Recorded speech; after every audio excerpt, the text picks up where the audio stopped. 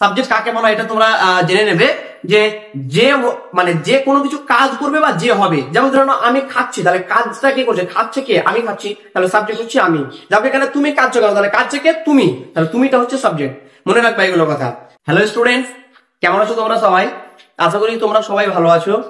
তো এর আগে যে আমরা ক্লাসটি করেছিলাম সেটা দেখেছিলাম যে ডব্লিউএইচ কোশ্চেন কি করে গঠন করতে হয় প্রেজেন্ট ইনডিফিনিট টেন্সে। আর আজকের ক্লাসের মাধ্যমে আমরা জেনে নেব যে প্রেজেন্ট কন্টিনিউয়াস টেন্সে কি করে ডব্লিউএইচ সেন্টেন্স গঠন করতে হয়। তো এর আগের যে ক্লাস করেছিলাম সেই ক্লাসে আমি একটা কথা বলেছিলাম যে আমরা সাধারণত কাউকে কোনো যদি প্রশ্ন করি তাহলে সেই প্রশ্নটা দুটো ভাগে করতে পারি, একটা হচ্ছে ইয়েস নো কোশ্চেন, একটা হচ্ছে ডব্লিউএইচ কোশ্চেন।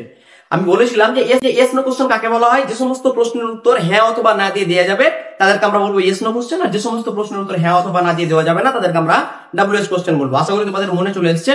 তো চলো আমরা একটার পর একটা এক্সাম্পল এবং স্ট্রাকচারটা প্রথমে ফলো করে তারপরে একটা সলভ করি, তারপরে দেখবো।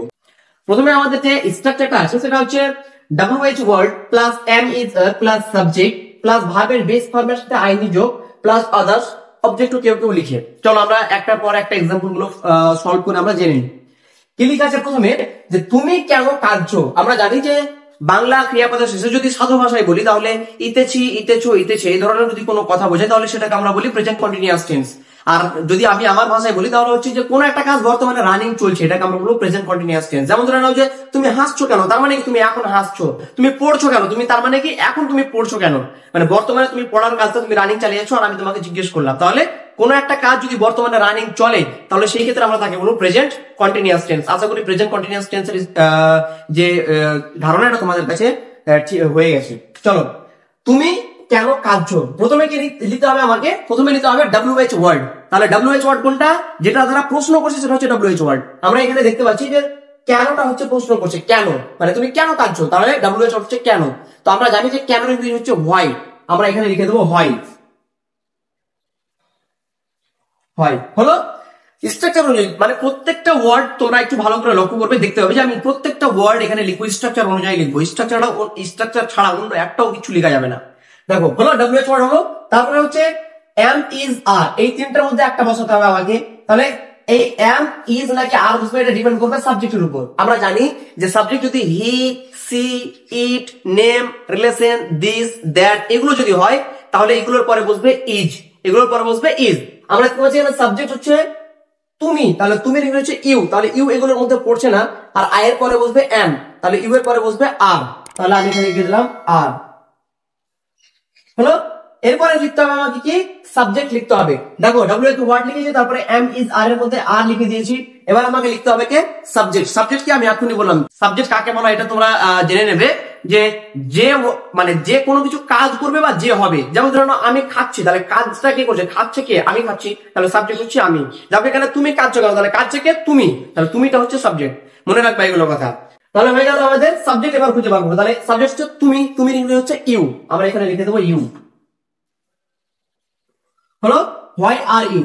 তারপরে কি করে বলেছে যে ভার্বের বেস ফর্মের সাথে আমাদেরকে আইএনজি যোগ করতে হবে। আমরা এটা সবসময় মনে রাখবে তোমরা যে মানে আইএনজি সবসময় ভার্বের বেস ফর্মের সাথে কিন্তু যোগ হয়। তাহলে আমরা এখানে কান্না করার ইংরেজি হচ্ছে ক্রাই, তাহলে ক্রাই এর সঙ্গে আমরা আইএনজি যোগ করে দেবো, তাহলে হয়ে যাবে ক্রাই।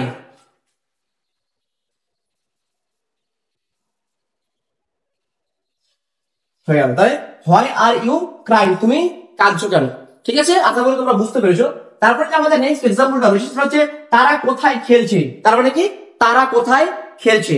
আবার আমরা সেম WH ওয়ার্ড লিখে দেবো। WH ওয়ার্ড কোনটা? কোথায়। কোথায় ইংলিশ হচ্ছে হোয়ার, হোয়ার মানে হচ্ছে কোথায়। চলো আমরা হোয়ারটা লিখে দিই। হলো, এরপর আবার অ্যামিজারের মধ্যে একটা লিখতে হবে। সাবজেক্ট কে রয়েছে? সাবজেক্ট অনুযায়ী অ্যামিজার বসবে। সাবজেক্ট কে রয়েছে? দে, দে মানে হচ্ছে তারা, তাহলে দে এর পরে আর বসে, তাহলে এখানেও আর বসে যাবে। প্রথমে আমরা এখানে লিখে দেবো আর, তারপরে কি সাবজেক্ট লিখবো আমরা। এই যে সাবজেক্ট আমাদের দিতে হবে, সাবজেক্ট, সাবজেক্ট লিখে দেবো, তাহলে এটা হচ্ছে দে। হলো, তারপরে কি ভার্ব, ভার্বের বেস ফর্মের সাথে আমাকে আইএনজি যোগ করতে হবে। ভার্ব কোনটা? খেলাটা হচ্ছে ভার্ব, খেলার ইংরেজি হচ্ছে প্লে, PLAY প্লে, তাহলে এর সঙ্গে আমরা আইএনজি যোগ করে দেবো। রুলস অনুযায়ী আমরা আইএনজি যোগ করে দেবো।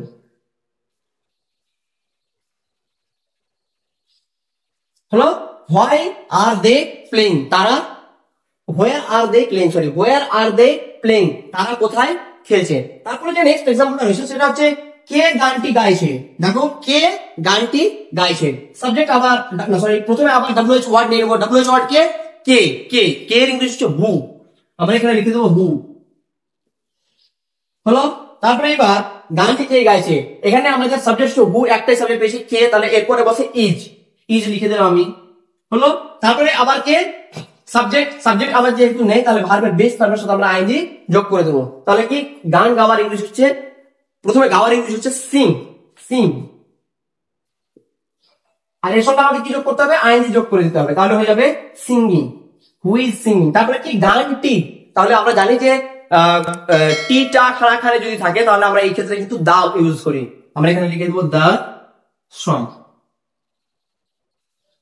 তাহলে হলো who is singing the song, কে গানটি গাইছে। আশা করি তোমরা প্রেজেন্ট কন্টিনিউয়াস টেন্স দিয়ে কি করে WH সেন্টেন্স গঠন করতে হয়, প্রশ্ন করতে হয়, এটা তোমরা বুঝতে পেরেছো। আমরা তোমাদেরকে তোমার হোমওয়ার্ক হিসেবে আমরা কিন্তু 3টে এখানে এক্সাম্পল দিয়েছি, তোমরা এগুলো সলভ করে অবশ্যই কমেন্ট বক্সে জানাবে। বাবা কি করছে, তুমি কেন গান করছো, তারা কোথায় পড়ছে, এই সেন্টেন্স গুলোকে তোমরা বাংলা থেকে ইংরেজিতে আমাদের স্ট্রাকচার অনুযায়ী অবশ্যই ট্রান্সলেট করবে এবং আমাদের কমেন্ট বক্সে জানাবে। আর যদি ভিডিওটি ভালো লেগে থাকে অবশ্যই লাইক, শেয়ার এবং সাবস্ক্রাইব করবে, বেল আইকন প্রেস করে আমাদের পাশে থাকবে এবং আমাদের সাপোর্ট করবে। ধন্যবাদ।